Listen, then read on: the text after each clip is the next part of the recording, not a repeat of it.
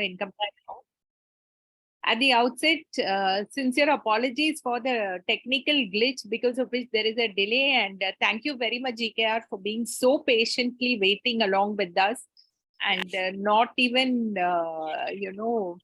giving a small sigh or anything. You've been extremely patient. We deeply apologize for the technical glitch. Friends, today we have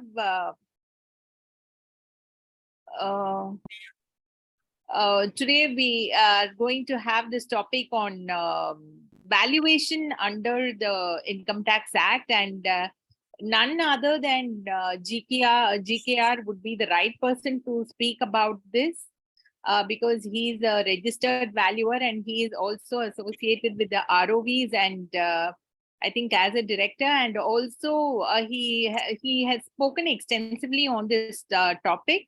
So as we all know, the valuation rules are specified under 11U, UA, UAA, and UB for various provisions under the Income Tax Act in of assets which are equity securities and other securities, and it includes two methods of valuation, the NAV and the DCF method. And I think that GKR will be covering both the options. So before I hand over the proceedings to GKR, we'll have a small quick introduction about him. His profile is very vast. He has done so many things that I'm actually wondering how I'm going to fit it all in into a very short span of time, because we are already starting off late. But as you all know, he's a chartered accountant, he's a registered insolvency professional and a SFA valuer, that is a securities and financial assets. And he's a partner in the tax assurance and restructuring areas in K. Gopal Rao and Co., which is a firm which has branches in many places like Mumbai, Bangalore, Hyderabad, Madurai, Trichy, and Trivallur. He of chartered accountants, with both his parents and a younger brother and his wife being practicing chartered accountants. And as you all may know, he served 3 consecutive terms from 2010 to 2019 as the SIRC member of ICAI. He is Dr. GKR, as he is known, has been awarded honorary doctorate in governance of GST in government sector by the St. Mother Teresa University, Melbourne, Australia, and he's also an independent director. And apart from that, he is a PGP visiting faculty for the IIM Raipur and the Graduate Insolvency Program, and a visiting faculty for the IICA, Ministry of Corporate Affairs, Government of India. So apart from this CA and Limited Insolvency and Valuation, he's also an associate member of the ICWAI and the ICSI. And he's a twin PG diploma holder in OR and Financial Management from the Pondicherry Central University, from the Tamil Nadu Open University. And he has many certifications from ICAI. And he holds 8 certifications from NSE in financial markets. And he has also authored 2 books on standard costing and variance analysis for professional students, and first lessons in information technology for CA students, with 2 editions by Snow White Publishers, Mumbai. As you may all know, he because you would have come across him in various forums, he is a seasoned speaker in technology, finance, and taxation, and a visiting guest faculty for numerous institutions, corporates, and B schools. And he's been nominated to various boards and committees, some of them being the of the University of Madras, Department of Commerce, Loyola College, Finance and Taxation Panel member of FICCI, Tamil Nadu State Council, Chairman of the Valuation Standards Board, All India Institute Registered Valuers Organization, Academic Council member of DG Vaishnav College, Academic Advisory Board, SDNB Vaishnava College for Women, Academic Civet College, Board of Studies, New College, Board of Studies, Guru Nanak College, Audit Advisory Board, Director General of Audit, Central Chennai, Executive Committee, Center for Entrepreneurial Development, Anna University, Expert Committee on Corporate Allied Laws, CSR, Governance and Ethics of the Hindustan Chamber of Commerce, and the Steering Committee of the Institute of Directors. He's a passionate writer and he's a columnist in the Tamil Daily, the Tamil Hindu Tamil and Weekly Tamil magazines, Nanayam Vigadan and Pudhiya Talamurai Kalvi. and he appears regularly on various Tamil TV channels and Tamil FM radios, including DD Podugai, Jaya TV, News 18, Tamil Nadu, Kaveri News, and FM radio. He has been addressing 135 plus sessions and going on in Get Set Guru program in Tamil FM channel 89.4, which is broadcasted in UAE and online. He has addressed more than 600 plus meetings on income tax, GST, and investor awareness programs to various forums, including the central and state government departments, professional bodies, chambers of commerce, etc. I have managed to cover most of his achievements. If I have missed out some, friends, I'm very sorry. It is mainly only due to the paucity of time and nothing else. And once again, thank you very much, GKR, for patiently waiting along with us. And friends, thank you very much for waiting and joining us on this program to hear GKR. So without much ado, over to, I'm sorry, I'm addressing him as GKR instead of Dr. Gopalakrishna Raju, because I think he's an old friend and I can take the liberty of addressing him like that. Thank you. Over to you. Thank you. Thank you. Thank you. Yeah. Very respected regional council member of SIRC of ICAI, CA Revati Raghunathan. You can take the liberty of addressing me as GKR, being from the same school, and I'm your junior in the same school. So therefore, it's a privilege, and also our association dates back for years. Thank you very much for that. Coming to today's topic on valuation under Income Tax Act, it's subject. It's a very big subject. Maybe a topic wise, this particular subject is quite vast. Maybe I have we can do this in as a series of program also. But I will to introduce you to this particular today's program, I will focus on certain aspects. So maybe I'll focus on an area which is very common and very popular, which is valuations of shares and securities under various prescribed sections and rules, especially unquoted shares. Quoted share valuation is the simplest and easiest. We need to identify the transaction date, and the transaction date is the valuation date. And on that valuation date, since the price is already available in the market, we'll take that. We need to understand some terminologies before we go into this subject. Also, I'll be taking you through the 17.2 subclause 6, the allotment of ESOP or sweat equity shares. So what is the provisions with respect to taxability when the shares are allotted? And 911, that is with respect to indirect transfers. So we have the Vodafone case where shares are transferred by one shareholder with respect to the shares held in an Indian company. So all these are quite, I'll say, very common area with respect to areas under shares and securities. But before I venture into this particular topic, I want to give a comparison between Companies Act accounting requirements, that is financial reporting requirements, and the income tax requirement. We will be very clear in one aspect that as far as Companies Act valuation is concerned, the Insolvency and Bankruptcy Board of India registered valuers. So valuers under IBBI. So IBBI registered valuers are recognized under Companies Act for valuation under the prescribed sections. For example, section 62 further issue of share capital.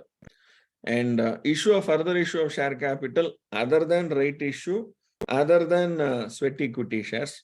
That means you are going to issue further shares with the permission of the existing shareholders. Then registered valuers is mandatory. Now, but under Income Tax Act, there is no such prescription called registered valuer under IBBI, but there is a terminology called registered valuer. And we can call the method, there are methods prescribed in the Income Tax Act.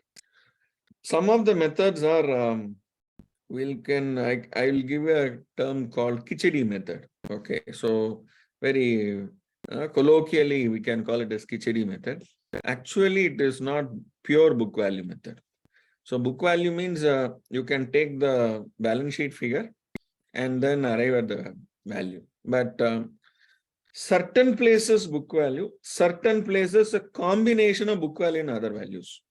So, and discounted cash flow. So meaning we have prescriptions under the Income Tax Act and rules. So that is why this subject is quite interesting. What is the transaction? What is the section? What is the applicable rule? What is the prescribed method? So we'll go in this order. What is a transaction? We'll understand that. What the section says, what the rule says, what is the prescribed method? We'll go in this order. Now, we have to appreciate a terminology called as fair value, fair market value, and market value. There is no definition called market value under Income Tax Act and no definition called fair value. Fair value is a concept applicable only for under a Companies Act, that too under the accounting standards, under the Indian accounting standards. But fair market value is the term that is used under Income Tax Act in many places. So I'll be taking you one by one. And very clear is the valuers registered under IBBI have not been mentioned anywhere under the Income Tax Act. So therefore, this subject is quite interesting. And I'll also share with you a few analogies before I take you to the main topic, especially the valuation of buyback of equity shares of private unlisted companies under the Companies Act along with its rules. Now, what is the prescription? Of course, valuation is not required for buyback, but valuation report can be obtained or from a chartered accountant or registered, because this word is not used anywhere in the Companies Act. Because there is a word that is used in Companies Act called you have to justify the buyback price. That's all. So from whom you can take. So therefore, even under Companies Act, there are places they have not mentioned registered value. So this is one example I want to give. And let me take you to one more. This is a dichotomy. Okay. Where Income Tax Act, they have stated that valuation can be determined by a merchant banker or an accountant. So certain places, both the names are given. Certain places only merchant banker is given. Certain places, no names are given.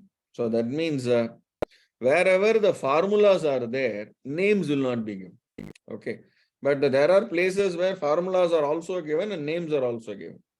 So quite, I will say a dichotomy. Why? Because under the Companies Act, especially if it is a private limited company, the issue of shares, transfer of shares, the Companies Act will mandate for registered valuer.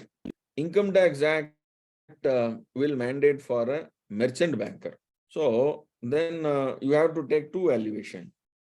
So that is one place where people prefer, okay, rather than going for, because that's already a private limited company, and The 2 valuation means there is a cost load on the company. So the how to play interplay between these two acts. So best is to get or appoint a person who is both a merchant banker as well as a registered valuer. Today, we have 218 merchant bankers across India under the SEBI merchant bankers regulations. And out of 218, some of the merchant bankers, especially the directors or the employees of the merchant banker, they themselves are registered valuers. So therefore, the companies, especially private limited companies, they appoint a merchant banker come registered valuer. So all these things are quite happening. So now, keeping this introduction separately, let me now take you to the main aspect for valuation of shares and securities. I'll give the backdrop, an example, then I'll go into the subject. So these are the 3 sections I'll be discussing. Then I'll go for ESOP, sweat equity, indirect transfer. Once 1 or 2 provisions are clear, the other provisions, there will be many similarities. I'll say there will be many similarities between the prescriptions. So therefore, 1 or 2 sections in the rules prescription is sufficient to actually get a grip on what is prescribed under the law. And I want to make an observation here. Valuations of shares and securities. Okay.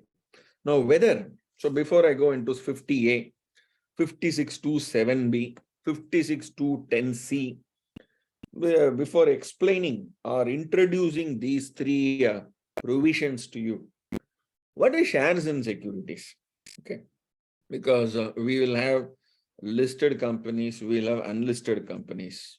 So we'll have equity shares, we'll have preference shares, we'll have debentures, we'll have convertible debentures, convertible preference shares, and optionally convertible preference shares, optionally convertible debentures. So we can go on. So we can go on, add this list. So there is no limit for this. Now, before we venture into the section, what is shares and securities? Whether it has been defined under Income Tax Act? No. Income Tax Act doesn't define shares and securities. But Rule 11U. Rule 11U is a definition rule. So what I will do, I will here and there show you the rule also parallelly. Okay. So that we are, this is parallelly, I'll show you the rule also, but let me not, this is section, this is rule 11. I'll show you the parallelly rule also, but the wordings will be very, maybe the font will be very small. So you can refer it later. Okay. Just I'll give you the point which you have to actually refer to. Okay. This is the rule number 11U, which I'll be referring here and there, where the definitions are given. Okay. So let me take you to this. So rule number 11U defines certain definitions. In that, whether the shares and securities are there? No, only the word securities are there. That is why this round I have given. Security is a bigger circle. Under that stocks, under that shares. So if you look at this 11U, please look at 11, where the securities are defined, 11U. Only securities are defined. So I'll now take the 11U alone. So this is your 11U. This is 11. Securities have the same meaning as assigned to in 2H of the Securities Contract Regulation Act. So the same section, this is section, rule number 11U within bracket H, which says the securities definition as given in SCRA. Now, what is SCRA? Securities Contract Regulation Act. So there 2H. So SCRA also 2H, and the rule 11U also subclass H speaks about security. So security is a bigger circle. And securities includes shares, stocks, derivatives, government securities, debentures, debenture stock. So all types are brought under one terminology called securities. Okay. So they refer 11UH, and 11UH goes to SCR, and SCR covers everything. So good. So now let me make one point very clear. So what is securities? Securities is everything. Okay. Now let me take you to the different types of valuations of securities. Let me take only one section called 50CA as well as 56 to 10C. These two alone I will take. Of course, 56 to 7B also I will take parallel. So let me give you a comparison first. Look at these two comparisons. 50CA is a section which is from a seller's perspective, but 56 to 10C, it is from a buyer's perspective. I'll just explain what that section is all about. Now, I'll take an example. An example is the face value is 10 rupees. I repeat, the face value is 10 rupees. The fair market value, which will be prescribed under the rule. Okay. So, which is prescribed under the rule, they say fair market value is some X rupees. Let us say 150 rupees. Now, a company, a private limited company, unlisted private limited company, unquoted. So, unlisted means unquoted. The problem with unlisted or unquoted equity shares is you don't know what the price is. So, how do you arrive at? The simplicity of a listed company shares is on a particular transaction date, the market price is available, and the market price is fair market value. Now, whether you have to take the opening price or the closing price, whether you have to take the average of that past 10 days, 15 days, all this the rule prescribes. So, with respect to the quoted shares, prescription is there, but unquoted shares, okay. Now, unquoted shares prescription is there. Now, I'll take an example. Not a new company, but it is a 3-year-old company, 5-year-old company, 10-year-old company, okay, running entity. Face value is 10 rupees. Naturally, if it is a 5-year-old company and it is a running entity, the value of the company share will not be 10 rupees. It will be higher than that. Now, what is it? So, there is a prescription. Now, we'll go to that prescription. Now, it is 150 rupees, let us say. Now, if plain vanilla scenario, the shares are sold at 150, shares are bought at 150, both the provisions are satisfied actually, both the sections are satisfied. The problem will come when the sale price is below this 150 rupees. Okay. Now, if it is below 150 rupees, so fair market value is 150. Now, 50CA, okay, 50CA, it is from a seller's perspective. Okay. So, seller is going to sell the 10 rupee share at 100 rupees. Fair market value is 150. So, what section 50CA says? If you sell a 10 rupee share at 100 rupee, instead of 150, which is fair market value, the fair market value will be deemed to be the sale consideration. Now, I'll come to 50CA. 50CA, transfer of shares other than quoted price, other than quoted shares. So, look at the word called deemed. Deemed to be the full value of consideration. Okay. Now, you sell above sale price, you sell above the fair market value. Anything you can take, that is your sale price. So, 150 rupee share, you are selling at 250 rupees. 150 rupee fair market value share, you are selling at 180 rupees. 180 is your actual consideration. But if your fair market value is 150, it is sold at 100, the fair market value will be deemed to be the consideration. So that means even though I receive 100, the 50 rupees, 150, the 50, 150 minus 100, 50 rupees will be, I have to end up paying tax for it. So that is why this is coming under the capital gains. Okay, those 50 CA is a provision under capital gains. Now, we need to appreciate, now how this fair market value has to be calculated. That's the next question. Okay. So there is a rule that has been prescribed called Rule 11 UAA. Okay. Rule 11 UAA. I'll just take you to that rule.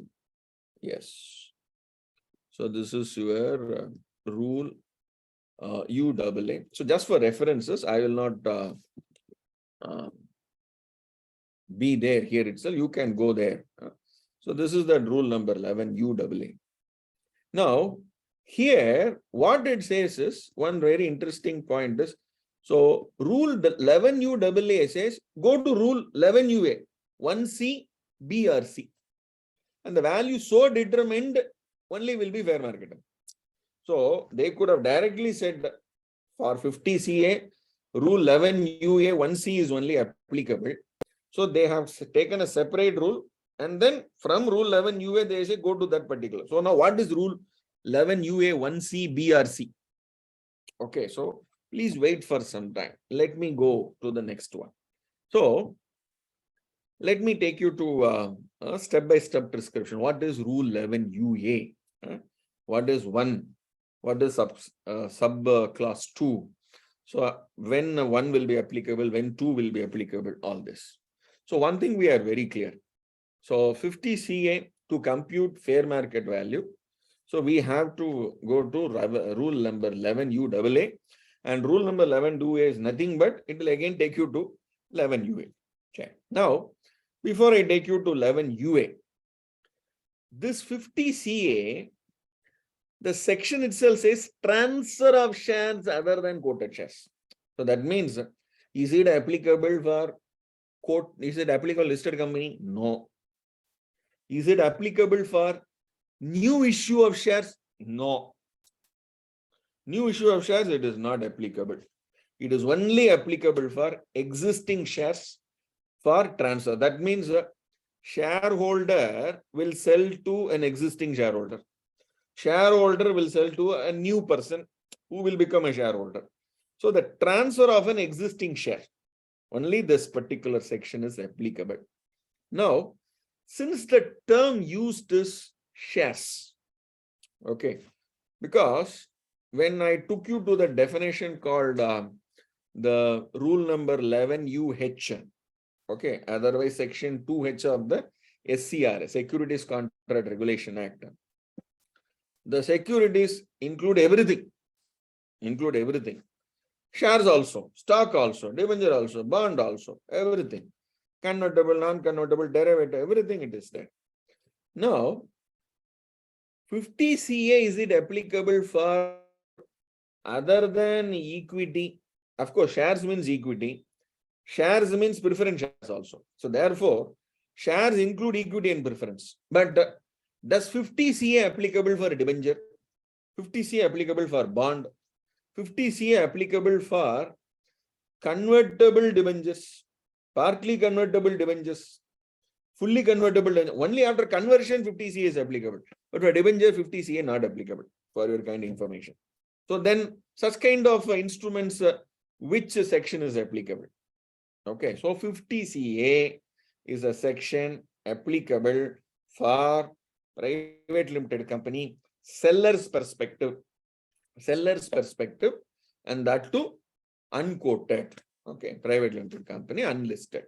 Okay, so now let me take you to the buyer's perspective. So that is your 56 210C.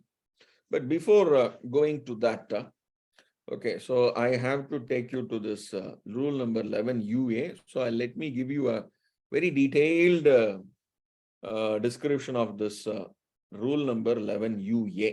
Okay, very, very important slide for you to actually appreciate it.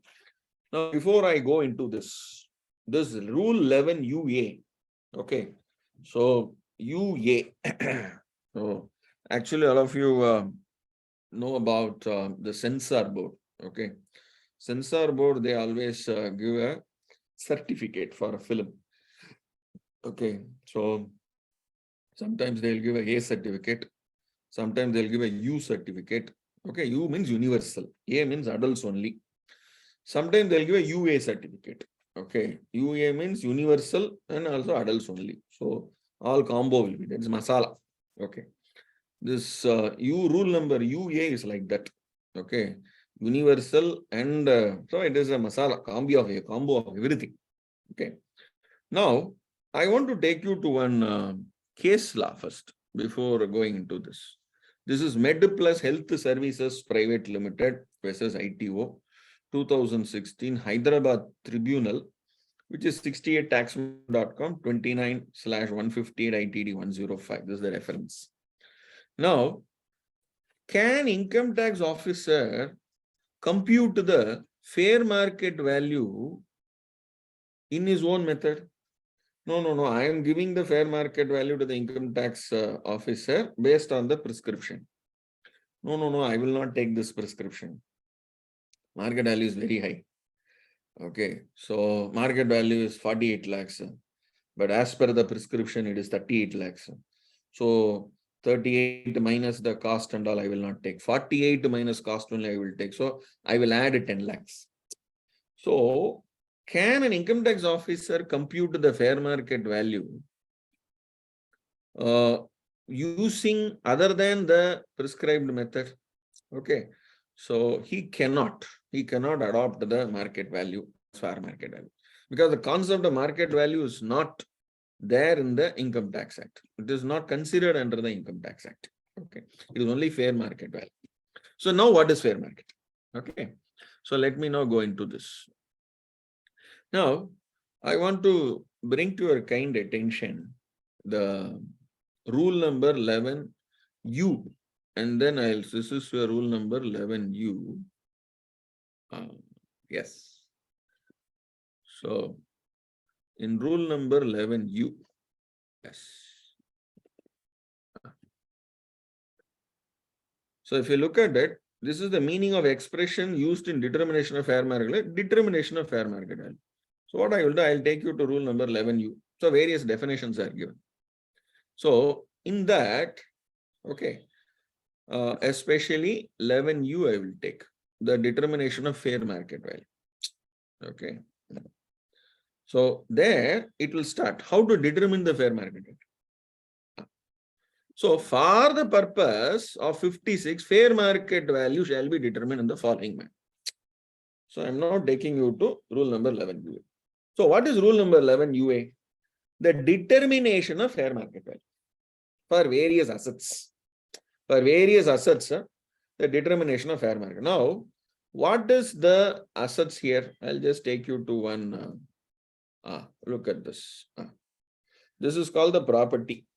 Okay, these are certain definitions I've just taken from the Act and rules here and there. Property, which is as per section 56. These are all the properties of the asset. These are all the properties of the assessing. Means the immovable property, shares and securities. Shares and security not defined, but securities are defined under rule 11U, and it says as per SCRM. Jewelry, archaeological collections, drawing, painting, sculpture, any work of art, bullion. All these are property. Okay, property includes immovable property. Property includes movable property also. That means other than immovable property. So property includes both movable and immovable property for the purpose of section 56. Okay. So now here this rule number 11UA gives the fair market value method prescription for all these. All this. So now let me take you to that rule number 11UA box. Look at this. Rule number 11UA. So point number 1 in rule number 11UA, it has two subsections, 1 and 2. Okay. It has two subsections, 1 and 2. And one is for jewelry, archaeological collections, drawings, paintings, sculpture, and work of art, and valuation of shares and securities. Now, I want to make one observation here. Sometimes jewelry valuation, they use a word called registered value. So I'll just take you to that rule number 11U. Look at 11U. Okay, in 11U, they use a term called registered value. So in Income Tax Act, there is a term used to call registered valuer. Okay, so not IBBI. So this registered valuer means section 34AB of the Wealth Tax Act registered value. Okay, section 34AB of the Wealth Tax Act registered value. So there are various categories are there, almost. So land and building also a 34AB. And all of us, we need to appreciate one thing once again. Wealth Tax Act 1957 is not in vogue for the purpose of wealth tax computation and wealth tax payment. But this section 34AB and rule 8A is still alive.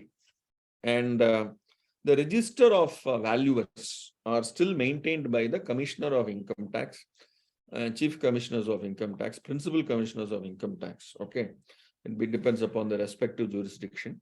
So they still maintain. So if I am in Chennai, so if I have to become a registered valuer under Income Tax Act, so the Principal Commissioner of Income Tax, they still maintain that register. And under that, all over India, some 10,000 valuers are still they are alive. They are still live as a registered valuer. And every year that license has to be renewed.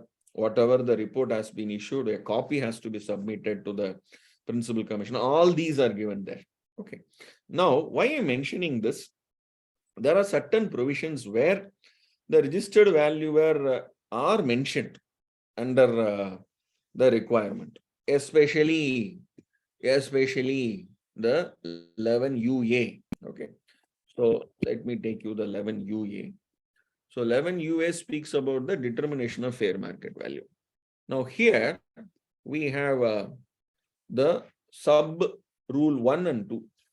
Sub rule 1, I'm not going to discuss about jewelry, archaeological collections, drawing, painting, sculptures, and any work of art. But valuation of shares and securities, which is 11UA 1C. 11UA 1C is valuation of shares and securities. Under that, you have three subclass. 11UA 1C ABC. 11UA 1CA is fair market value of quoted shares and securities. 11UA 1CB is fair market value of unquoted equity shares. Okay. And 11UA 1CC is fair market value of unquoted shares and securities other than equity shares. Please note this point very clear. That means other than equity shares. So please understand, they have used a word called equity, not only preference. So that means if you have to value preference shares for a unquoted, that is unlisted private limited company, will I have to go for 11UA 1CB? No, it will be 11UA 1CC. And who can do the valuation? That fair market value unquoted shares and securities other than equity shares. Other than equity means preference, debentures, bonds, convertible. All these who can do? A merchant banker can do, or an accountant can do. Accountant means chartered accountant. So section 288. Merchant banker, again, the merchant banker is defined under 11U for your kind information. So I'll just take you to 11U because every now and then I have to give you a reference of 11U. So look at 11U because there the merchant banker is defined. So if you look at 11U, merchant banker is defined there. So who is a merchant banker? A merchant banker means a category 1 merchant banker registered with SEBI under section 3 of the SEBI Act. Now, just now I was referring to the number of number of category 1 merchant bankers in India. There are 218 merchant bankers who have been given license as of today. Okay, 280. So maybe 200 plus you can take.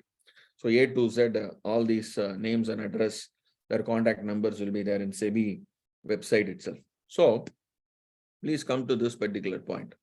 So now 11UA C applies for valuation of shares and securities. That has again two types, quoted, unquoted. Quoted, how to do it? Mostly it is the opening closing price based only. So unquoted only I'm going to discuss at length. Now fair market value of unquoted equity shares and unquoted shares and securities other than equity shares. So I'm clear with 11 UA 1C now. Now what is 11 US subclass 2? We have A and B. Now what is A and B here? So A and B speaks about fair market value of unquoted equity shares, and B says fair market value unquoted equity shares by merchant banker. Because previously our accountant was there, that was removed. Now only merchant banker only can do. Now both are very close, no? A 11 UA 2, A 11 UA 2B, both are same. Now what is the fundamental difference? So this is where I'm taking your kind attention for various discussions. So now let me take you to, yes. So this part I'm going to ignore because 11 UA 1A, 11 UA 1B, it is for jewelry, archaeological collections, drawing, painting, sculptures, any work of art. Now, you have to note this, that what is the open market price as on the valuation date. And look at the third point. Assessee may obtain report from registered valuer. This is the point I mentioned. So registered valuer given under this means registered valuer under section 34 AB of the Wealth Tax Act 1957. Okay, good. Now come to rule 11 UA 1C. So 1 AB over. Now coming to C. Okay. So where am I? Now coming to the C. A and B is discussed. C alone income. Valuation of shares and securities. Yes. Now this is for unquoted equity shares, which is 11 UA 1CB. Okay, because 11 UA 1CA is for the quoted shares. Okay, quoted shares. Okay, so that is listed. 11 UA 1CB and C. B is for equity, C is for other than equity. Okay, now as far as C is concerned, that is other than equity shares, they made it very clear. What is fair market value estimated, okay, and on the valuation date, and assessee may obtain a report. It is only an option, not mandate. So if you know that a debenture, a preference shares, there is an offer from 3 or 4 people to buy your share, an offer letter is there with you. Very good, that is your estimated price. So there is no offer, nobody is coming forward to buy. Then you can request the merchant banker or a chartered accountant, okay, to do the valuation and get a report. So that is with respect to 11 UA 1C. Now 11 UA 1CC, 11 UA 1CB, unquoted equity shares. Now you need to appreciate one fundamental difference between this 11 UA 1CB, 11 UA 2A and B. Sir, 11 UA 1CB is fair market value of unquoted equity shares. 11 UA 2AB also fair market value of unquoted equity shares, fair market unquoted. Now, what is this 3 section? Give me the clarity. This is fundamental. Guys, this is fundamental. Okay. Now, let me make this point very clear first. I'll take you to first the seller's perspective 50C I discussed. This is from the seller's perspective. So that is 10 rupees the face value. Fair market value is 150 rupees. Now, how does fair market 150 rupees has to be calculated? That is rule 11 UA 1CB or 1CC. 1CB is equity. 1CC is other than equity. Okay, so that is with respect to 50CA. Now let us take equity. Okay, it is equity shares. So 11 UA 1CB. Now what is 11 UA 1CB? Fair market value of equity shares. Now this 11 UA 1CB, I'm going to give a detail. Okay. This is your 11 UA 1CB. That is fair market value of unquoted equity shares. Wow. How this calculated? So this is why I call this as Khichdi method. Okay, Khichdi method. Now, why Khichdi method? You are going to take the balance sheet only. Now, book value of all the assets in the balance sheet. Now, here one gray area is there. Now, look at this. ABCD minus liabilities. ABCD minus L. This is the formula. Simple. Okay. ABCD minus liability. Simple formula. Okay. Now, ABCD, what from where you will take? All assets. Okay. So, all assets minus liabilities shown in the books. Now, if your books has jewelry, artistic work, shares and securities, immovable property. That is the catch here.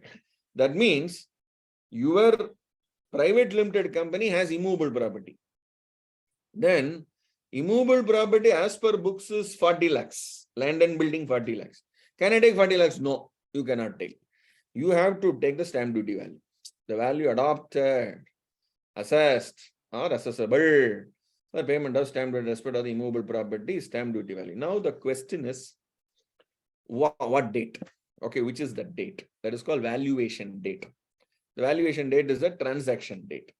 Now, as far as the stamp duty value is concerned, you will take the transaction date.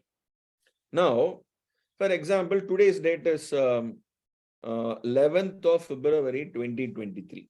So 11th of February 2023, you are going to transfer. Now, 11th of February 2023, you will get the stamp duty value. Okay. Or they use a word called balance sheet. Book value of all the assets in the balance sheet. Okay. So, then what is the valuation date? Will you take for the assets one date and for the immovable property one date? No. So you have to take the balance sheet date. Now, what is balance sheet? Okay. So let me now take you to the balance sheet term. Please look at this. This word balance sheet is used in Rule 11 UA2 as well as Rule number 11 UA1 CB. Just now we are seeing Rule number 11 UA1 CB. Okay. Now here, in relation to an Indian company, the balance sheet of such a company drawn up on the valuation date. Now you are going to do the valuation today, 11th of February 2023. So draw up the balance sheet today. Now, in relation to the Indian company, balance sheet of such a company drawn up on the valuation date, audited by the auditor of the company. This is the problem here. Arey Babre, what is this? You are going to do the transaction today, and they are saying it should be an audited balance sheet. And in relation to a company not being an Indian company, balance sheet of the company as drawn upon the valuation day, which has been audited by the auditor of the company in that foreign country. So if it is with respect to foreign country, this is where the problem is. So that is what all normally the transaction, what they will do. Okay, because no, let us not do the transaction on a middle. Okay, let us do the transaction as on the audited figure.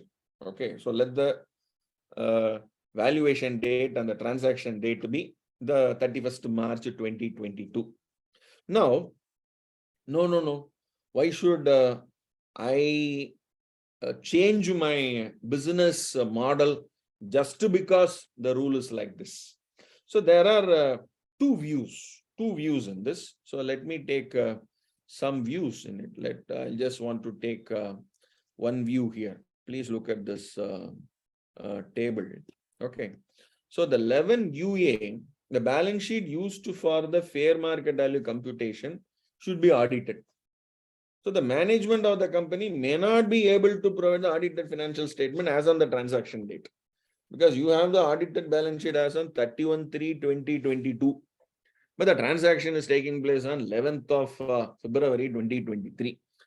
So is it for this purpose you want me to do the audit? Why? No, there is no mandate under any law. But the rule says, so what to do?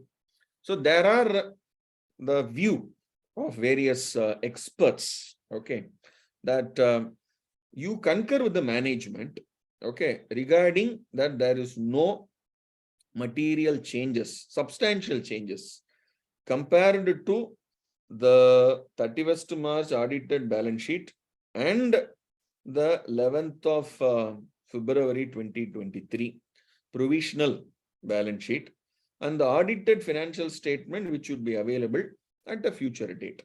Okay, so generally we give a what do you call it, as a certificate, a chartered accountant certificate is asked by bankers.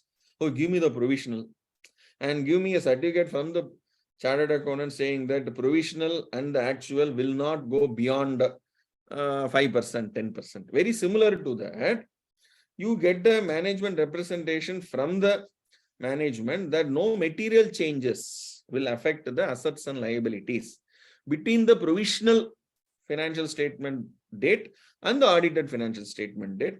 So that means maybe your provisional financial statement on the provisional balance sheet will only have an extension of that profit figures, and some assets and liabilities would have changed with respect to the movement of the business. So substantial changes are not there.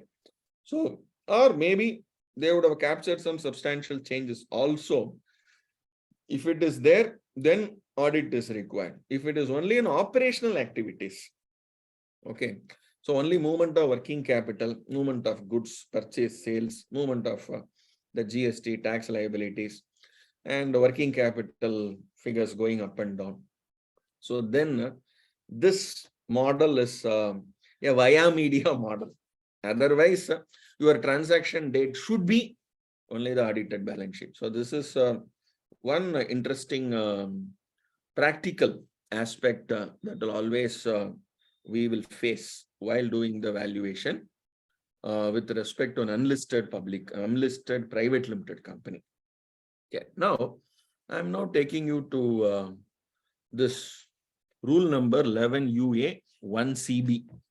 Now, rule number 11UA 1CB, if your transaction, sorry, I'm here. If your transaction date is 11th of February, balance sheet date, I have given you a solution.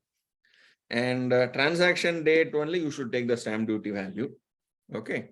And maybe jewelry, normally balance sheet of a business may not have a jewelry, but maybe if your business itself is a jewelry business, okay, so then you will say it is closing stock only. But even then you have to take a report from a registered valuer, not registered valuer IBBI. So wealth tax 34AB registered valuer, and he will take the open market value as on the valuation date, and he'll give you a certificate. So that the Wealth Tax Act, we have a form also, form number 01, 02, 03, 04, 05, 06 up to 08, that format is there.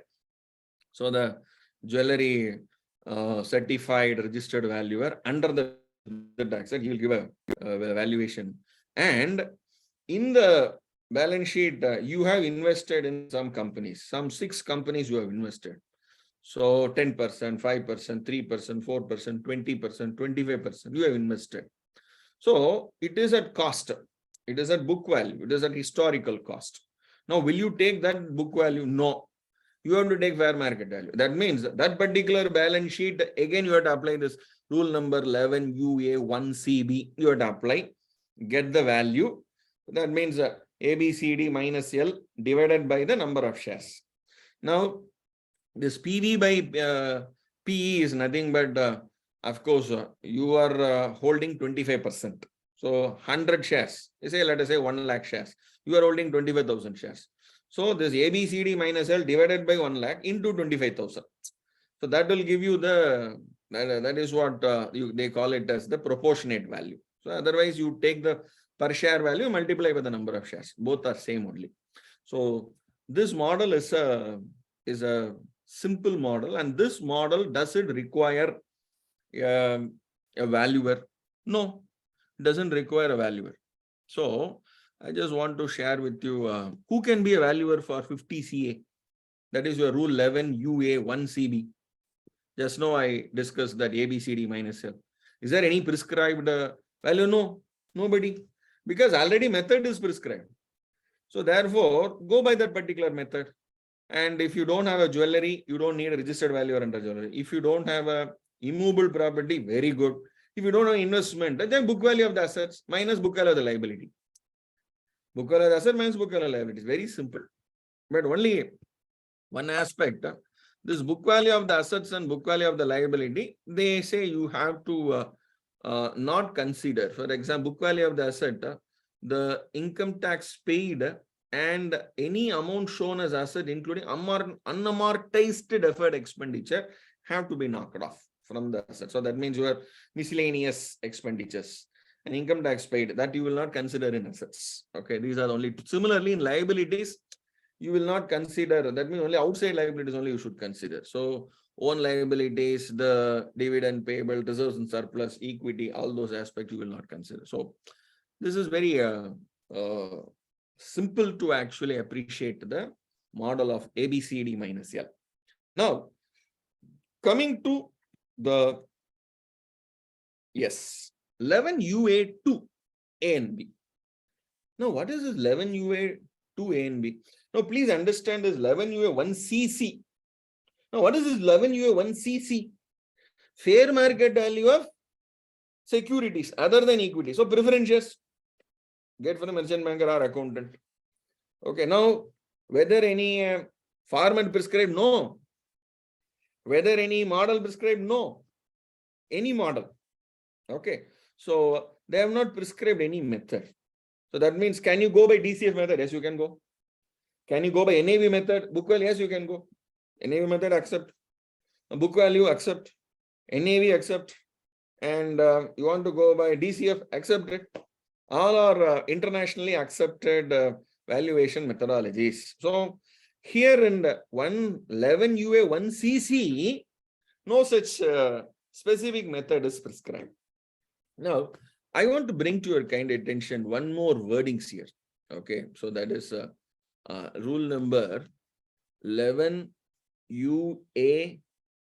Okay, I'll just take you to that wordings alone. Very, very important wordings. Look at this.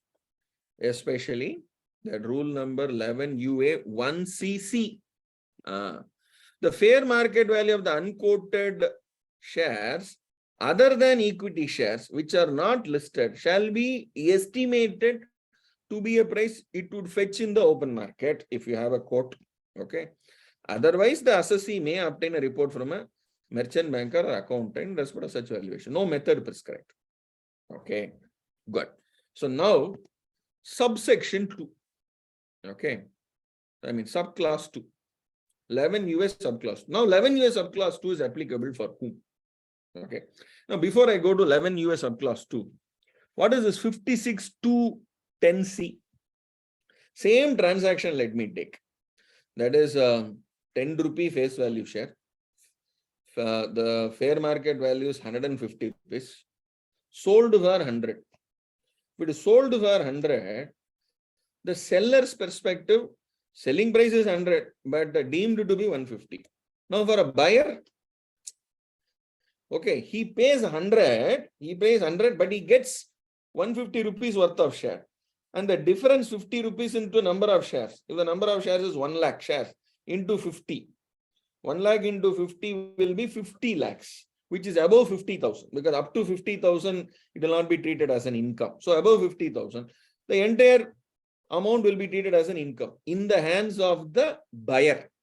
Okay, so what is the message? If the fair market value is the price, never sell below fair market value.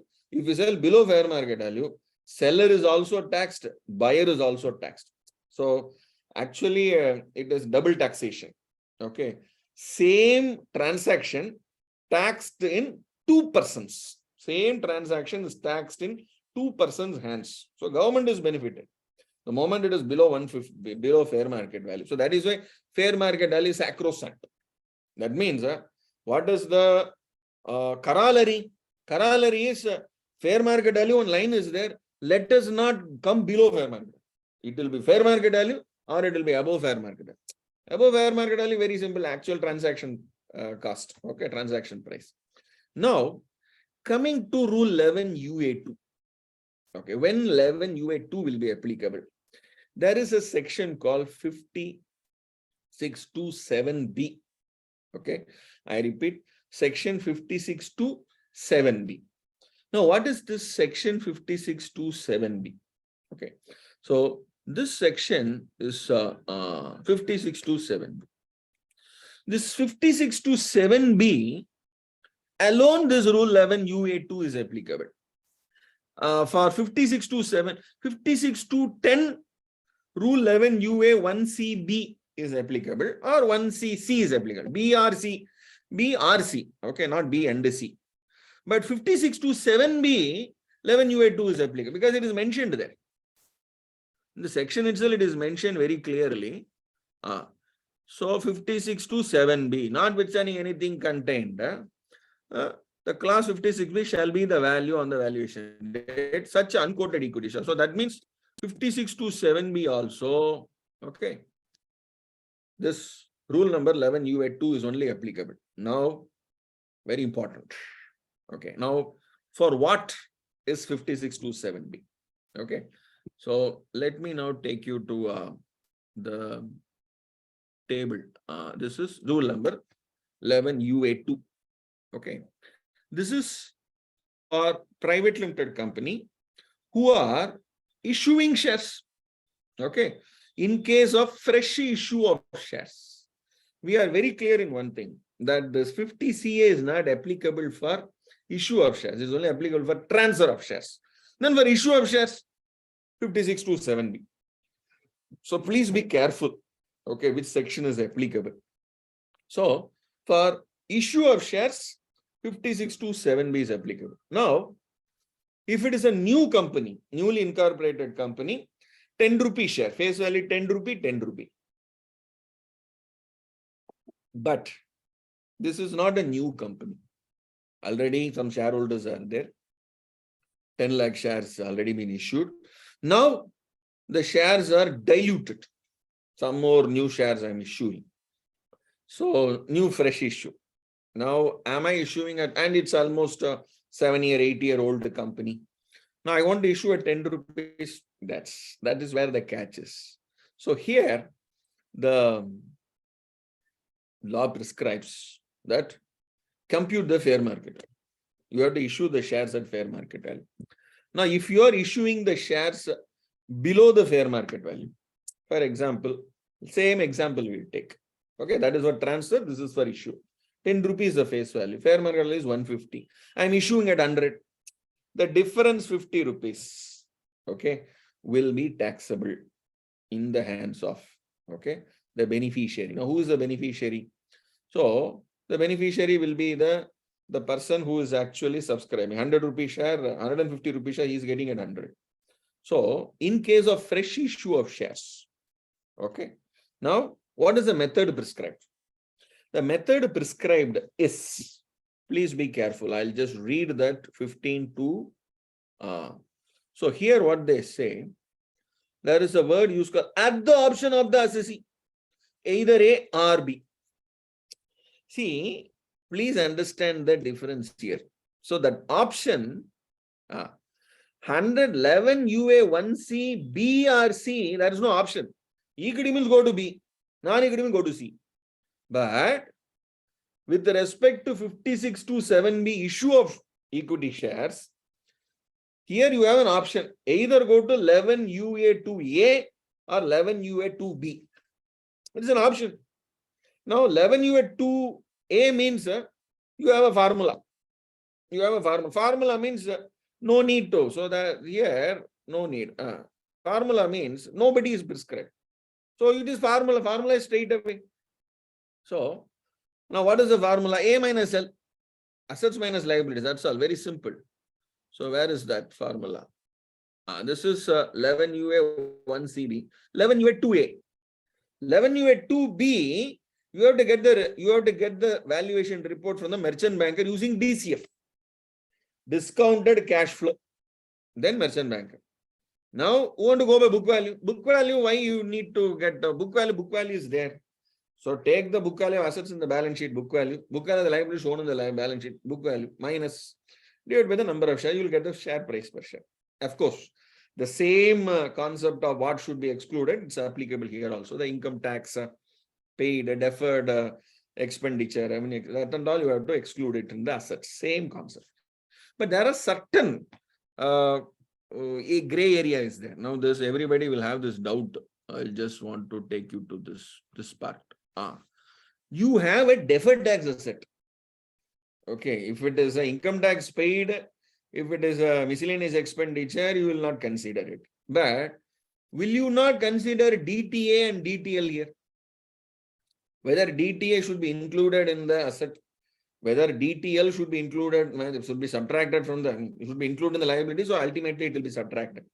Now, this is a interesting aspect. Now, please look at this. Okay. Now, there is no specific prescription in the rule. 11 UA subclass 2A. There is no prescription. Okay. What is the prescription given? The prescription given is book value assets in the balance sheet minus book value liability shown in the balance sheet. That's all. Shown in the balance sheet. Shown in the balance sheet. That means, can I take contingent liability subtraction? No. Okay. And of course, you have to subtract all this. You will not consider all, but will not include the following amount. Paid up capital, dividend on preference and equity, reserves and surplus, provision for taxation, provision for other liabilities, and contingent liabilities. So this will not be considered as a liability. Similarly, in asset, whatever is income tax paid and unamortized amount of deferred expenditure. This will not be included. But how about deferred tax asset and deferred tax liability? Look at this.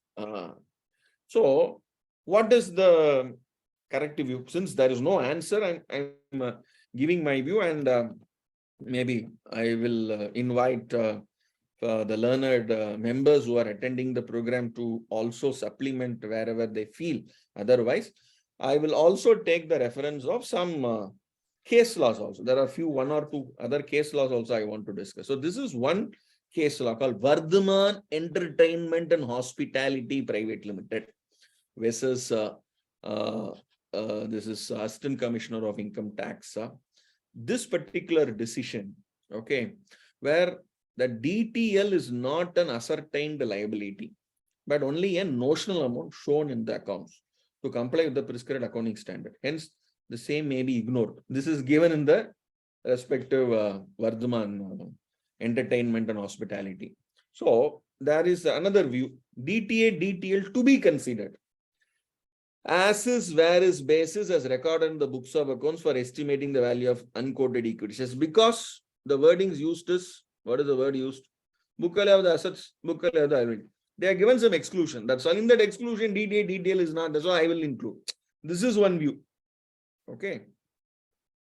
And DTA is a notional line item which does not represent any tangible. So I cannot touch it, and it is not spent money also. Okay. So it is a notional item which does not represent any tangible or intangible. Since DTA is fictitious, one may not consider the same while estimating value of unquoted equities as per rule 11 UA 2A of the income tax rule. So both are possible. So that is why whenever this 11 UA 2A method is followed, better you give it to a chartered accountant and get a certificate. Okay, get a certificate or get a valuation report. Valuation report under 11 UA 2A. In that, he will mention whether DTA is included, DTL. So that is one way of doing it, one option of doing it. It is not mandatory. So that means both stand is correct. One is include DTA, DTL. Another is no, I will not include DTA, DTL. Both are correct because as of today, you don't have a prescription, but there is one case law I want to refer. In that, DTL should not be included. Okay, but there is no verdict in that decision about DTA. Only with respect to DTL, it has been mentioned. So, keeping all this, I will also take you to another decisions. Applicability of 56 to 7B to valuation of preference shares. Now, what is 5627B? I'll just take you to the section. Then I'll come to this. So this is section. I'm sorry. Where is it? This is 5627B. If you look at 7B, where a company not being a company in which public are substantially interested receives in any previous year from any person being a resident any consideration for issue of shares. Look at this word. The word is called shares. Okay, that exceeds the face value and the aggregate of such share as exceeds the fair market value of the share. So that means the word that is used is only called shares. Now, whether preference shares issue, new issue, 5627B is applicable, then again I'll go to the rule. Again, the rule 11 UA, okay, 2A will be applicable. So I'll just take you to this particular para. So section 5627B mentions about issue of shares. Okay.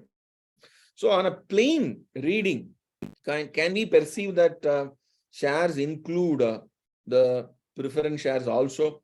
Okay. So now I'll just take you to two decisions. One is Guinea Global Private Limited versus Assistant Commissioner. It was decided that by the Honorable Jaipur Tribunal that section 5627B does not make any distinction between equity and preference. So therefore applicable to preference also. And Microfirm Capital Private Limited versus DCIT, it was contended by the assessee that the redeemable preference shares being quasi-debt instrument. Now, please watch this word, because pure preference shares, yes, included. But redeemable preference shares, it is preference shares, but it will become equity. Being quasi-debt, actually convertible. Okay, what you call a convertible debt to preference. Okay, fully convertible debentures, partly convertible debentures. Okay, being quasi-debt instruments are not covered by the provisions of section 5627B, and the Honorable Kolkata Tribunal rejected this contention of the assessee and held that a perusal of 5627B takes us to a conclusion that all types of shares are covered by this section, because the word shares is there. Okay, so therefore the judicial precedents rest the argument in favor of the applicability of 5627B to both cases, thereby drawing a parity of taxation on both equity as well as preference. Okay, but of course, if it is issued as a debt and then it is convertible, so valuing a debt at the time of issue, because at the time of issue it is only a debt, it is not converted. Okay, but if it is convertible, redeemable preference shares, so preference shares are forming part of your shares only. So therefore, preference and equity both are included. So this is another aspect you need to consider.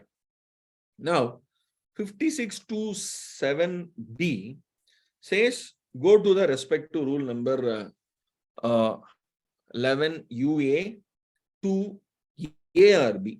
Now, I'll now take you to that particular rule number B. So this is your rule number A. Now, what is rule number B? Okay, so I'll just take you to the rule number B. This is now what is rule number B? All of you please watch here. It says the fair market value of the unquoted equity determined merchant banker as per DCF. That's all over. And I can either go by A or B. Both possibilities are there. Now I'll take you to one particular case law. I think this is one case law I want to discuss. I think I'll take it here. This is one case law. Please look at this case law. This is a recent decision in 2020 in an income tax appellate tribunal, NAB Multi-Trade Private Limited. Okay, so the pronouncement date is 9/10/2020 versus ITO. Okay, now here, this is the facts of the case. Okay, this is with respect to 7B. Okay, because we are discussing that. On the facts and circumstances, okay, 7B, the share premium received by the assessee is in excess of fair market value. So the appellant prays addition so made deserves to be deleted. The the particular valuation that was given by the assessee was ignored, and I2 has taken another valuation. Okay, so now I'll know, and that valuation he has done as per, because it is his choice, under A or B. Okay, so what is A by the balance sheet value. Second is a B. B is a DCF. He has gone by DCF method. Okay. Now, what is the decision? Last page alone I'll take. Not all the story. You can read it later. Now, this is the decision. It is observed that in the instant case, the assessee company has exercised an option. This is A or B, no? The option to value the share by DCF method. No, DCF method acceptable. However, we find that A was worked out the value by the NAV method. And the NAV is higher. He said DCF is lower. Though in the body of the assessment, he has referred to Rule 11 UA 2B. But in substance, he has valued the share based on the book value figures only. So therefore, wrong. So Damal, over. So now what is it? Accordingly, as well as the decision of the court, we set aside the order of the authority, and consequently the addition made by the AO is deleted. So very interesting. So it is not that only DCF valuation will always be higher. In this case, DCF valuation is lower and the book value was higher. Okay, the NAV method. So that is a very interesting case. Okay. So that is your 111 UA 2A. Okay. So we have few questions also. I think I will take at the end. Okay, so 1, 2, 3, I'll take at the end. There are some other questions. If you have also, you can please post it. I'll take those questions also. Now, I'll now take you to the next one. So this is with respect to 50CA, 56 to 7B, and 56 to 10C. Okay. Now, with respect to ESOP and sweat equity. I'm sure you are clear about the distinction between both, because whenever we are discussing about valuation under Income Tax Act, sometime we need to go to Companies Act and then again we have to come back. What Companies Act says, then what we have to come, because Companies Act, for example, this sweat equity and ESOP, there is a difference there. Please be very careful. What is sweat equity? What is ESOP? ESOP is employee stock option plan. Okay. So I design a plan, I give it to the employees. So those who will be working with me for the next 1 year, 2 year, 3 year. So for the loyalty, I want to allot them some shares. So that eligibility will come. So let me say 3 years is the time limit. So once they are with me for the next 3 years, then at the end of the 3rd year, I'll allot them a share. Okay, so this is the model. Now, we have this Ind AS 102, share-based payments. Ind AS 102, share-based payments. Certain accounting requirement is there. Now, what is the accounting requirement? Because there are some 300 employees are there. Since I've given a commitment, I will allot shares. So then I have to create a liability. Okay, so, and then every year people will go out, then the liability I will adjust and the new liability will come, old liability I will reduce. That is an accounting treatment.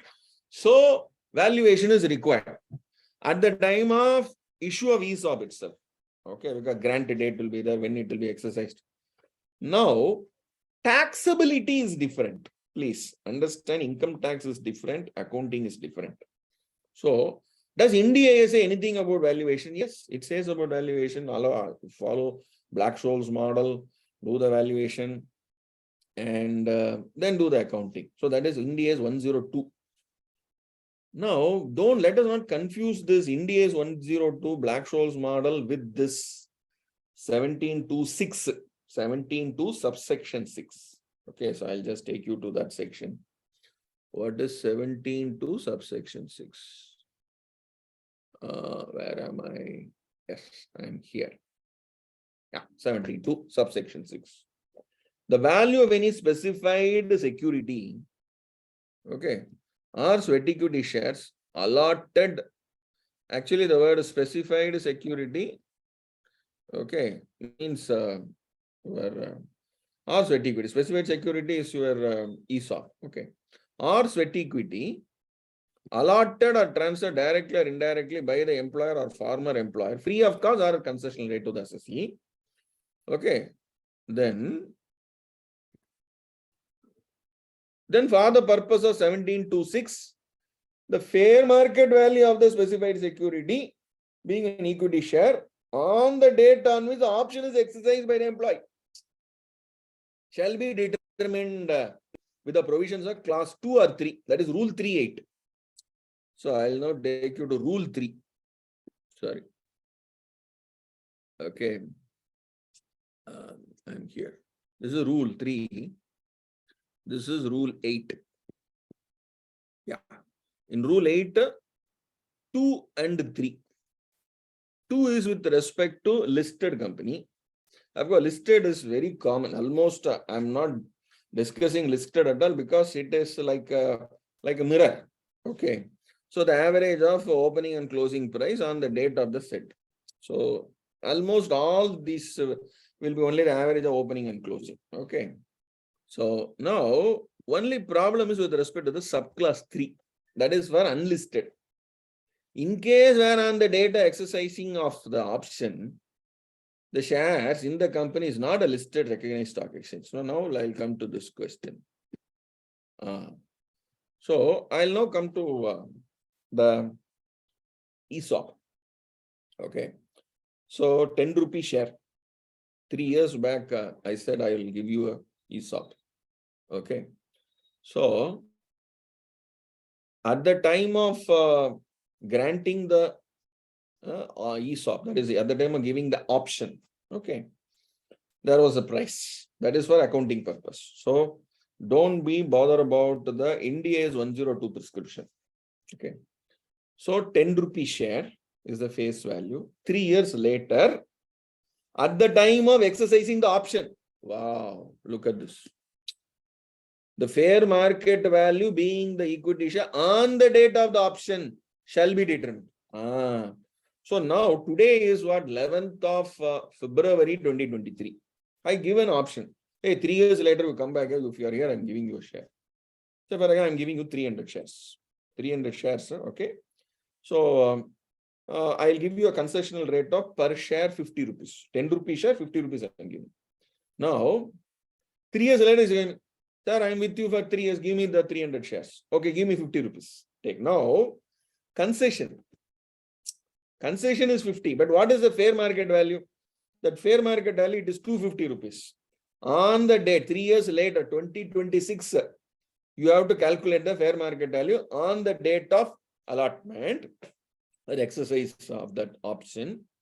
So that is 250 rupees. 250 minus 50, 200 rupees will be taxable perquisite in the hands of the employee. Okay. So that is with respect to ESOP. Now, who will do that? Look at this. As per class 2 or 3. Now, this is class 2. Now, this is class 3. In a case where on the date exercising of the option, the share in the company is not listed, the fair market value shall be determined by a merchant banker on the specified matter. Now, how will you determine? Whether any method is prescribed? No method. He can do in DCF. He can do in net asset method. So, no prescription. So, this is no method is prescribed. So, let me be very clear. So, which is the valuation date? Exercise date is the valuation date. What is the method prescribed? No method prescribed. Who will do the valuation? Merchant banker will do the valuation. That is with respect to ESOP or sweat equity. Please understand, sweat equity is a different concept because sweat equity is not ESOP. Okay. For the work, what he has done so far or what he will be doing. Okay. So, for example, he has been with me for 4 or 5 years. So, I want to give him a sweat equity. Okay. Not ESOP. So, ESOP is in future, he has to work and then he has to earn the option. But sweat equity is for the work done or for the special intellectual work what he has done, I will be giving him a sweat equity. Now that sweat equity, there are two ways. One is he is giving his services, I am giving the share. So share valuation also has to be done. The valuation of the services also has to be done. So then only the netting will come as a taxability. So therefore, please read this provision once again. If it is a sweat equity allotted free of cost or at a concessional rate to the assessee, then the difference only will be taxable. So that means both his services or his intellectual property, whatever is giving, that also has to be valued. And the shares that has been offered for that sweat also has to be calculated under fair market value. Now, who will do the valuation of the equity? Equity valuation has to be done by the merchant banker. But the intellectual property or the services valuation, anybody can do. Any valuer can do. So nowhere the concept of valuation, who has to do, has been prescribed. Only in certain places, the Income Tax Act being very, very specific that the valuation has to be done by certain persons. Now, I must really appreciate the patience shown by all the participants. So I'll take few questions. So maybe if possible, we can even unmute the participant. Else, we will directly take the questions. எப்ப directly எடுத்துக்கலாமா இல்ல யாரும் unmute பண்ணலாமா? Okay, so I'll do the unmute. I'll just read the questions one by one. So we have Sunil Jaiswal. Sunil Jaiswal has a question. Mr. Sunil's question is, can net value method under Rule 11 UA can be used for preference shares? So you mean to say 11 UA subclause 1 B is for equity, C is for preference. So under preference, they have not mentioned the method. They only mentioned a chartered accountant or a merchant banker. So therefore, can net value method, net asset value method can be used under Rule 11 UA 1CC? Yes, you can do. Okay, good. So that is being done. Now Rajiv Dingra's question is, sir, how the shares of unlisted public company will be valued? Oh, okay, we have discussed that already. So then Shiv Prasad, shares were issued at premium. Okay, assessee could not achieve projected turnover and profits in the following years. Okay, ITO is asking to pay tax on the premium as assessee did not achieve turnover as projected. His ITO's contention is correct. Actually, okay, that is post the allotment of shares. That is why the valuation date is sacrosanct. Like a wedding date is sacrosanct. You cannot say wedding anniversary only will come. But wedding date is very important because wedding date is HUF formation date. Similarly, on the wedding day, the bride was weight was very less, 50 kilo Taj Mahal only she was. And I was also, I didn't have belly and all. So I was also looking smart. The bride was also thin and beautiful. Okay, but later, the weight is over and beauty is gone. All these things will happen. So can you say, no, valuation gone for you? We don't say that. Okay, life is also like that. You have to live with it. Okay, very similar to that is this. On the date of valuation, fair market value was 150. Okay, but after the valuation date, Damal. So ITO cannot take a stand like that. Okay, ITO's contention is wrong. Now we have Mr. Vaidyanathan is having a question. A private limited and B private limited was incorporated before financial year 2000-2001. Subsequently, in 2012-13, B private limited was merged with A limited and was renamed as AB Private Limited. One of the shareholders of AB Private Limited sold his equity share in financial year 21-22. Very good. Okay. So AB separately, they merged and one of the shareholders is now selling the shares. Now, when calculating the acquisition cost as on 1st April 2001, AB Private Limited was hired a land and building valuer who valued the land, but building land who was, I'm not able to understand that. AB Private Limited has hired a land and valuer who valued the land, but building was not valued as no one is sure what building existed as on 1st April 2001. Is it okay? Take buildings at book value as per? No. Immovable property means land and building has to be taken at stamp duty value. Okay. So thank you very much. Any other questions? Mr. Badri Narayana, Dattaram V. Badri Narayana. What is this question? Section 56 to 10C, correct. In case of equity shares are purchased below the fair market value, correct. What will be the cost of acquisition? Cost of acquisition.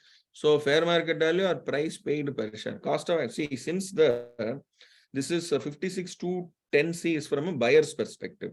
Since at a buyer's perspective, the cost of this is with respect to when you sell the shares. Okay, so at the time of buying the share, 150 rupees is your fair market value, but you pay 100.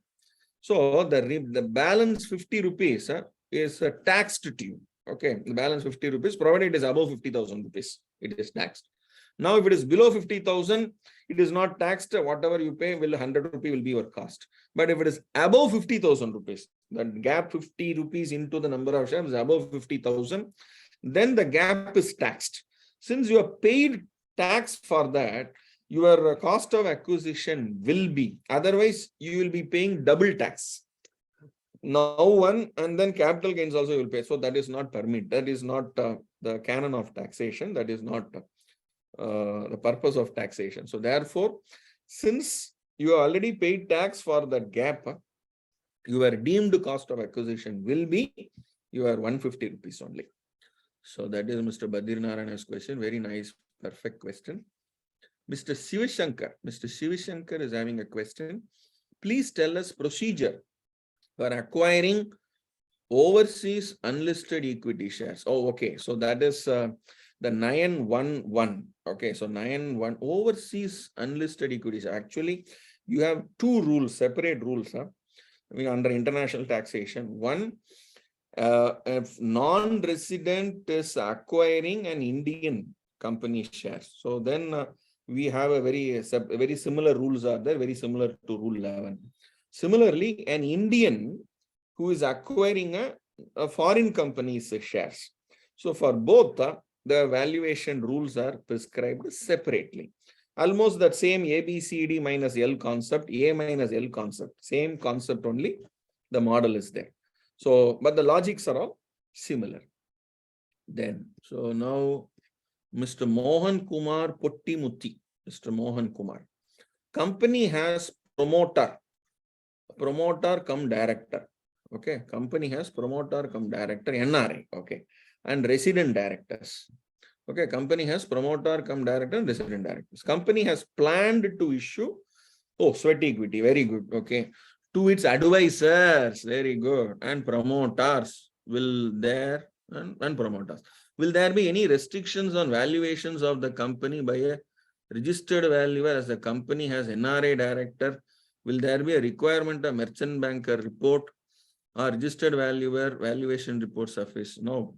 As far as income taxability is concerned with respect to sweat equity, you have to get the valuation done only from a merchant banker. So because the fair market value. So now that fair market value, and which method he can do? Any method. He can do under DCF. He can do under the net asset value also. So the valuation from a merchant banker will be sufficient. It is not registered valuer. Now the registered valuer, what I understand is IBB registered value. So IBB registered valuer report will not suffice as far as the sweat equity 17.2.6 is concerned. Okay, now that is over. Mohan Abraham says, please share the PPT. Yes, definitely. I will be sharing the PPT to SIRC. Then Mr. Shivashankar again has a question. Question is whether we have to get certificate from category. Very good. Yeah, there is a definition. It's a merchant banker is defined under 11U. Under 11U merchant banker definition, they have very clearly mentioned it is category 1 merchant banker. Okay, not category 2. And there are 218 category 1 merchant banker all over India. Okay. Then Mr. Lakshmi Narayan Sheshadri. Small shareholders, how will they value shares for transfer of shares? Okay, so no other possibility here. So they have to, so it is your 11 UA1 subclass C, subclass B. So they have to go by this method, that is NAV. So actually, if you look at 11 UA1CB, no need for a chartered accountant, no need for a merchant banker, no need for a, what do you call it as any registered valuer. That means book value is taken. So if you don't have a, what do you call it, immovable property or jewelry or other assets like that, then book value assets minus liability you can take. And that the management themselves can do. There is no requirement to actually get a valuation report because it's only an arithmetic exercise. Can be done. Management declaration is sufficient. So, Mr. Sai Raghavan, Vadapatra Sai Raghavan, private limited company propose to issue rights issue to existing shareholders. Okay, so they are proposing to issue right issue to existing shareholders. Can it issue at par? My God. Okay. Issue of shares. Okay. Now, just now we saw 5627B. Okay. So it's a 7-year-old company. Let us take. Now, 10 rupee share, fair market value, say 150 rupees. You are issuing at 10. So then what will happen? The gap between 10 and 100 and what is that? 150, 140 rupees. There is a benefit for the buyer. So buyer has to pay tax. So it is very, you have to be very careful. Okay, right. So anytime, that all depends upon fair market value. Anytime in future, can we expect RBF IBB included in rule? So I wish the same what Pragadish Khanna wish. So anytime in the future, can you expect RBF IBB included in? Yes, I also wish the same. Sridhar Kamath.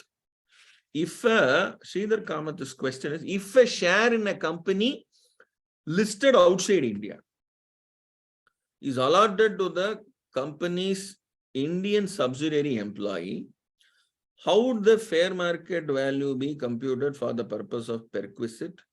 Can the market price of the share on the date on the foreign stock exchange be treated as fair market value?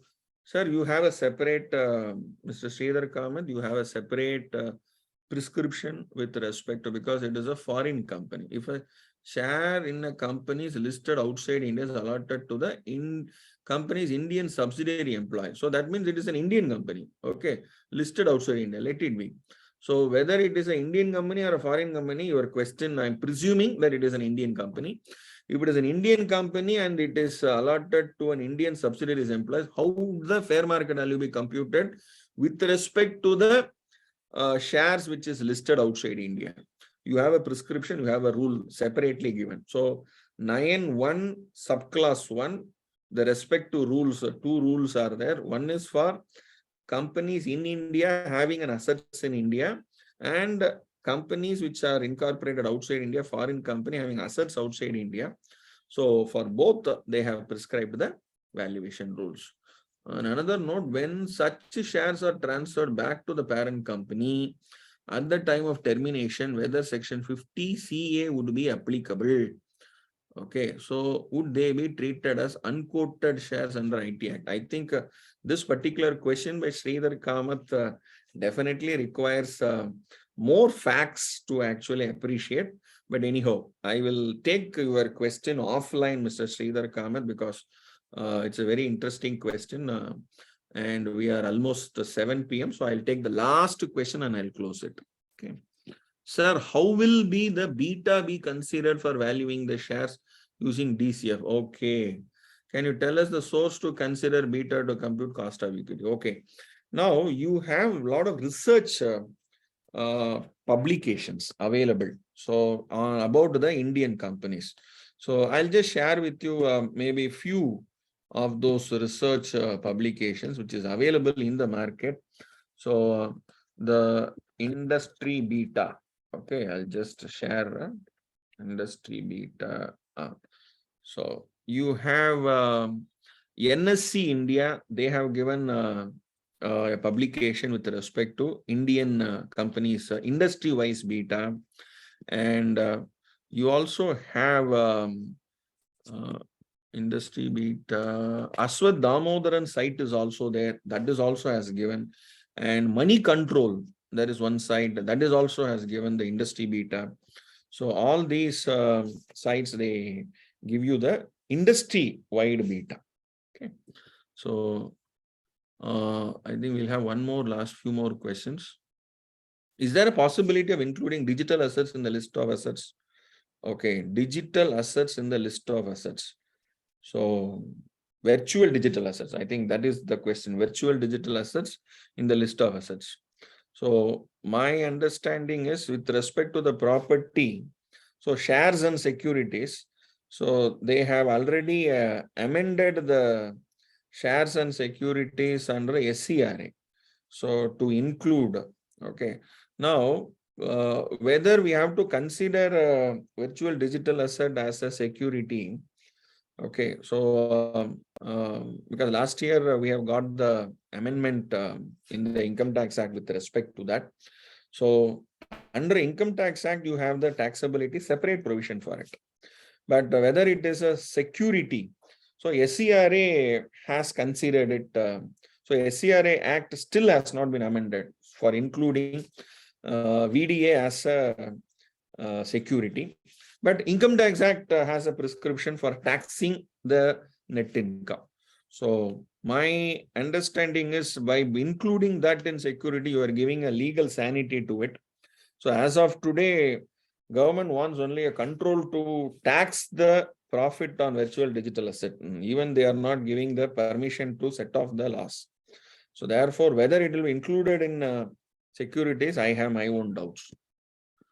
Deepak, will India's valuation affect the book value of asset? Definitely. Ideally, only the fair value as per account is to be considered, isn't it? Kindly confirm. Yes. So that is a separate. That is why I gave the example of 102 share-based payment.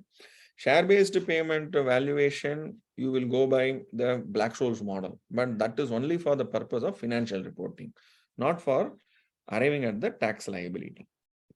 So thank you very much, and I'll hand over the session back to the organizers at the Southern India Regional Council.